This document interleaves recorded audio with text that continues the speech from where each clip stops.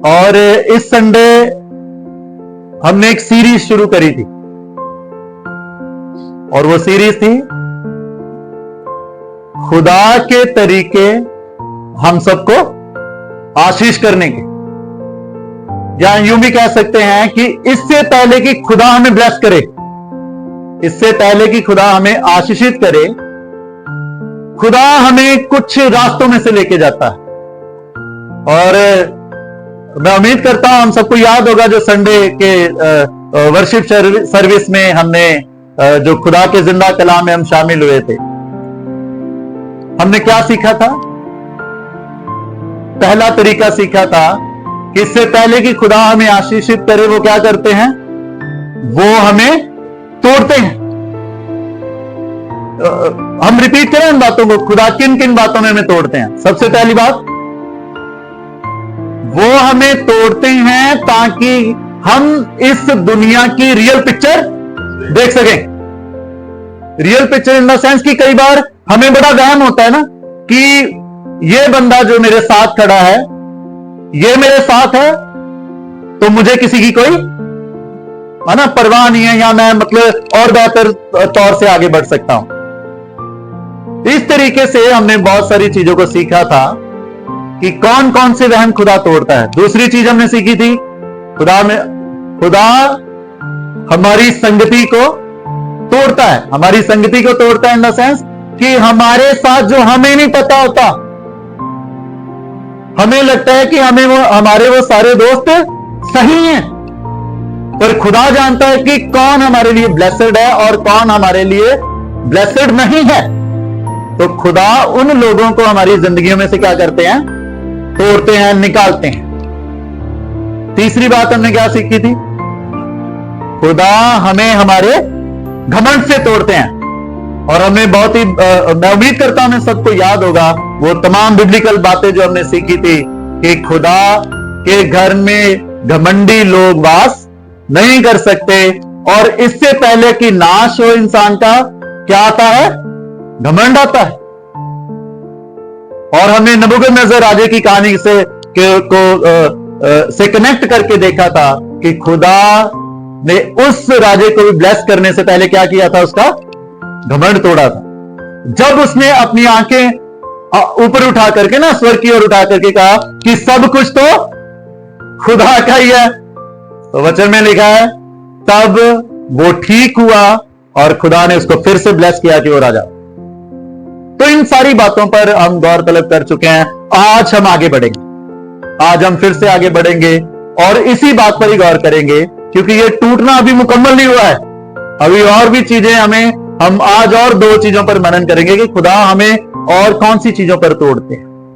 आज जो बातचीत करने के लिए जा रहे हैं, आज जो चौथी बात है उसी पॉइंट के अंदर कि खुदा मुझे और आपको तोड़ते हैं। वो हमें तोड़ते हैं पता क्यों? ताकि हम जाने कि आशीषों का स्रोत सिर्फ और सिर्फ एकमात्र खुदा ही है। खुदा हमें इसलिए तोड़ता है so that we could know God is the only and ultimate source of blessings. खुदा ही है जो एकमात्र स्रोत है हर तरह की आशीष का, हर तरह की ब्लेसिंग का। मेरे चीजों में हम वचन में जब आगे बढ़ेंगे तो हम इनकी गहराइयों को समझेंगे। मैं आपके सामने रखना चाहता हूं, आप अपने घरों में इत्मीनान से पढ़ सकते हैं लूका की अंजील उसका 8 अध्याय और वर्स 43 से वर्स 48 तक। वहां पर जिक्र है उस औरत का जिक्र है जो 12 साल से बीमार थी, जो 12 साल से बीमार थी। और पता है वचन में क्या लिखा है? वचन में उस बहन के बारे में यह लिखा है, उस औरत के बारे में यह लिखा है कि अपनी उस बीमारी में वो अपना सारा पैसा खर्च कर चुकी थी। मैं यहां पर आपका ध्यान केंद्रित करना चाहता हूं, तब तक उसे यह महसूस नहीं हुआ कि मैं इसका कपड़ा छू लूंगी तो ठीक हो जाऊंगी। कब तक? जब तक उसके हाथ में पैसा था कि मैं पैसे से मेरा इलाज चल रहा है। वचन में लिखा है, आप पढ़ लीजिएगा, वचन में बयान है, वो अपना सारा पैसा खर्च कर चुकी थी। कई बार मेरे अजीजों हमें भी लगता है कि हमारी फैसिलिटीज हमारे लिए आशीष का कारण होती है, पर वो फैसिलिटीज है ना, वो कुछ भी हो सकती है, वो हमारी डिपेंडेंस हो सकती है हमारी एजुकेशन पे, हमारी पहुंच पे, पर खुदा हमें तोड़ते हैं ये बात जाहिर करने के लिए कि तुम्हारी एजुकेशन, तुम्हारा सब कुछ तब ब्लेस्ड है जब मेरा फजल तुम्हारे साथ है, जब मेरा फजल तुम्हारे साथ है। वचन में हम देख सकते हैं खुदा ने इसको तोड़ा, उस रहम से, इसकी उस डिपेंडेंस से तोड़ा।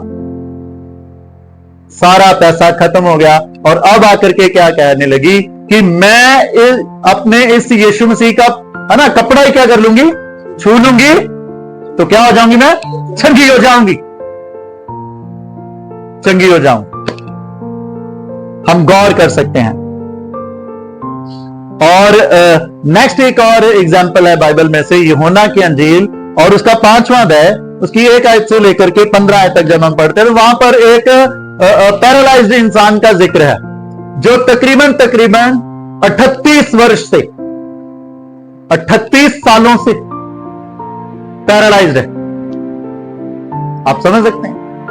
और जब खुदावंद, आप जब पढ़ेंगे ना वहां पर आपको पता चलेगा, खुदावंद यीशु मसीह जब वहां पर उस बैतसैदा पूल में गए हैं, उस जगह पर गए हैं, तो खुदा की बातचीत चल रही है, खुदावंद यीशु मसीह की इस इंसान से बातचीत चल रही है। और इसने पता क्या कहा, हे प्रभु मेरा कोई नहीं है कि जब इस तालाब के पानी को हिलाया जाए और आए और मुझे उठा के है ना वहां ले जाए ताकि मैं क्या हो जाऊं।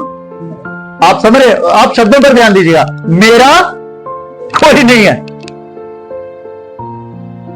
आप उसके ब्रेकिंग प्रोसेस को देख रहे हैं। जिसका कोई नहीं है उसका खुदा है, उसका परमेश्वर। खुदा मेरा कोई नहीं है जो मुझे इस कीचड़ से निकाले, जो मुझे इस दलदल से निकाले। मैं 38 वर्ष से इस पीड़ा में, इस दर्द से करा रहा। मेरा कोई नहीं है जो मुझे लेकर के जाए मैं चंगा हो जाऊं। पता है खुदा ने जब ये आवाज सुनी, उसकी ये बात सुनी, पता है खुदा ने क्या कहा, उठ उठ। खुदा की ब्लेसिंग, खुदा ने जाहिर करा कि तुझे इंसानों की और बंदों की जरूरत नहीं है कि तू ठीक हो। अपने आप को जाहिर करा कि उठ, यू आर ब्लेसेड, ब्लेसेड। आज हमें भी उठने की जरूरत है, पता है, अपनी उन सारी चीजों से।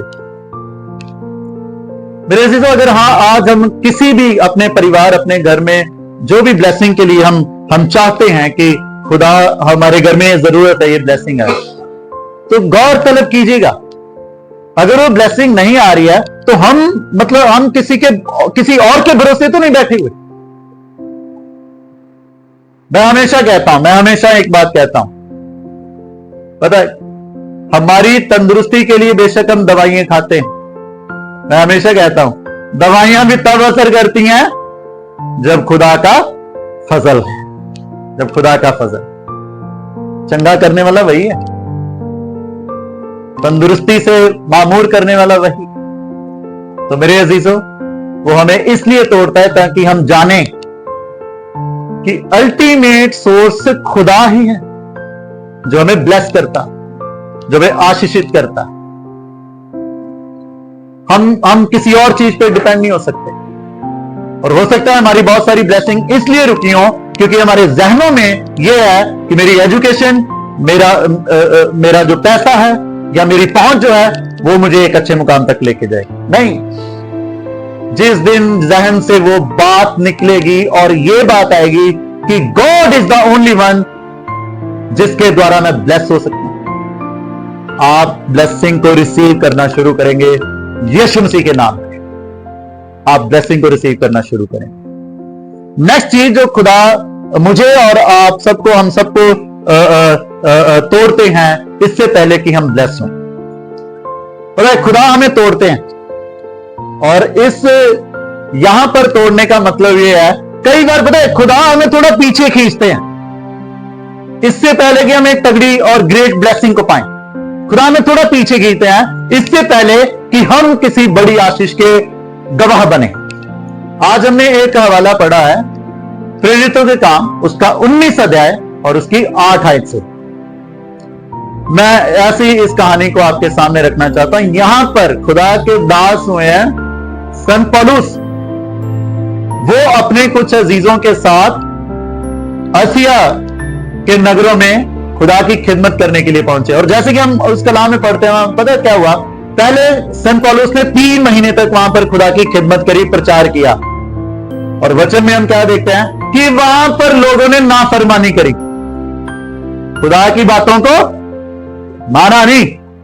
पर यहां पर देखिए सिर्फ 3 महीने ही नहीं, इसके बाद जब हम वचन में पढ़ते हैं, वचन में लिखा है संत पौलुस वहां पर 2 साल तक क्या करता रहा?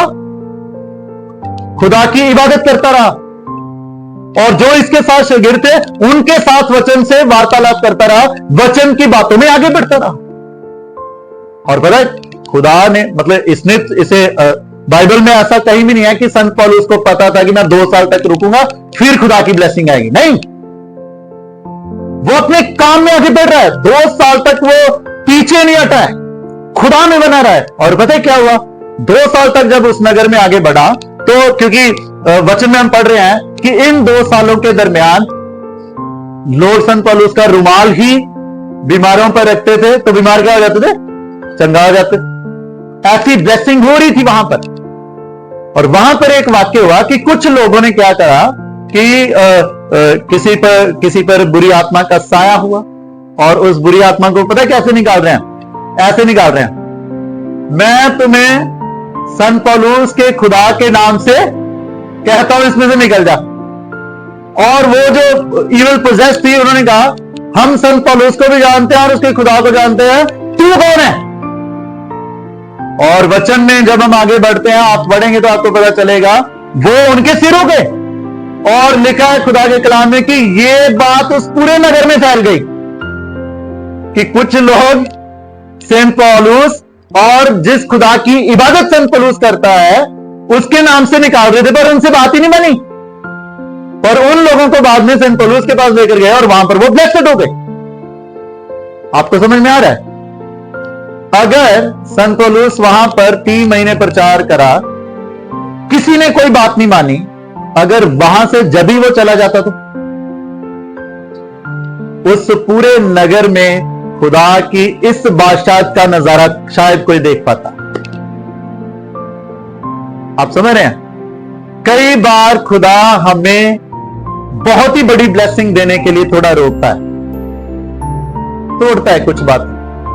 और मैं यहां पर एक छोटी सी एग्जांपल देना चाहता हूं। पता है जब तीर को ना, तीर समझते हैं सारे, जब तीर को दूर तक फेंकना हो तो क्या करते हैं? उसको पीछे की ओर खींचते हैं।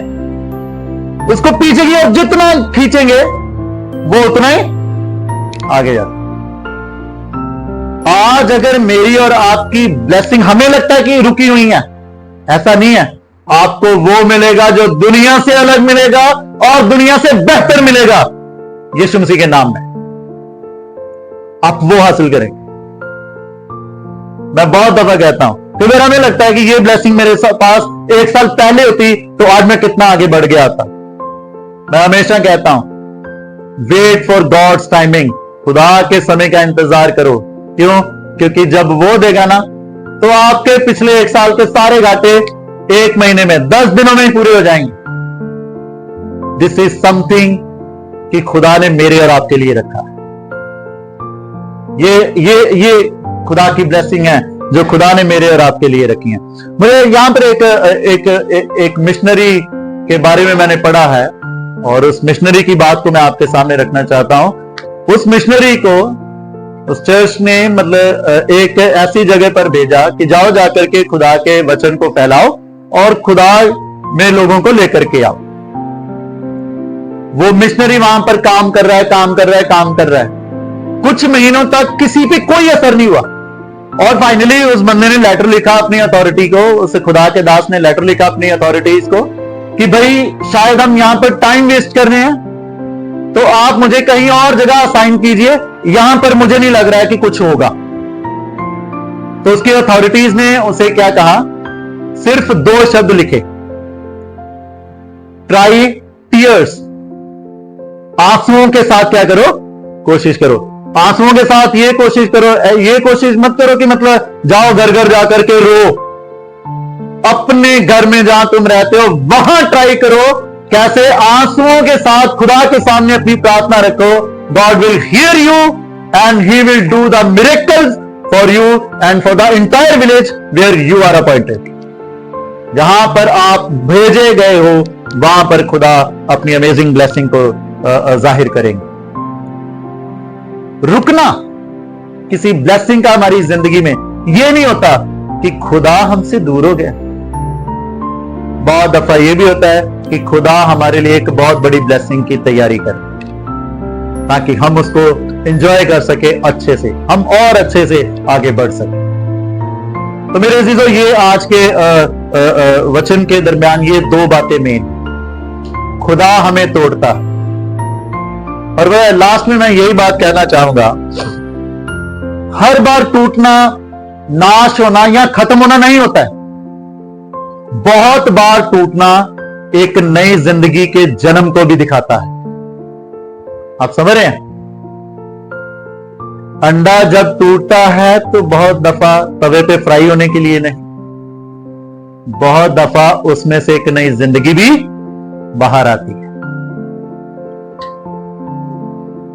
आज अगर हम इस टूटने के प्रोसेस में से निकल रहे हैं तो डोंट बी डिस्करेज। हमेशा इन बातों को याद रखिएगा। इन बातों को, खुदा हमें क्यों तोड़ता है? सबसे पहली बात, ताकि हम इस समाज की असली पिक्चर को देख सकें। बहुत दफा खुदा हमारे वहम को तोड़ता है। खुदा हमें तोड़ता है जो हमें लगता है कि ये संगति हमारे लिए अच्छी है, पर गॉड नोस कि वो संगति हमारे लिए अच्छी नहीं है। खुदा हमारी जिंदगी में से बहुत सारे बुरे लोगों को, बुरी संगति को तोड़ता है। तीसरी बात, हो सकता है खुदा हमारे अंदर छिपे हुए किसी घमंड को तोड़ रहा है इससे पहले कि वो हमें आशीषित करे। और आज जो 2 बातों को सीखा हमने, खुदा हमें तोड़ता है, खुदा हमें तोड़ता है, बोलिए भाई, खुदा हमें तोड़ता है कि सिर्फ खुदा ही एकमात्र सोर्स है आशीषों का। हमारा पैसा, हमारी नॉलेज या हमारी मेडिकल फैसिलिटीज नहीं, खुदा ही है जो एकमात्र आशीषों का स्रोत है। और 5वीं बात, किस चीज में तोड़ता है? वो हमें पीछे कई बार खींचता है ताकि हम बहुत बड़ी आशीषों के गवाह बन सके।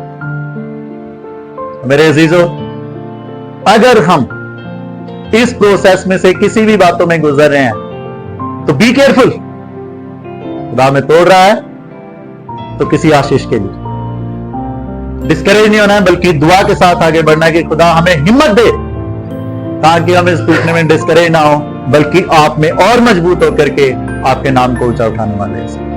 प्रभु अपने कलाम के द्वारा हम सबको बहुत आशीष और बरकत दे। आमीन।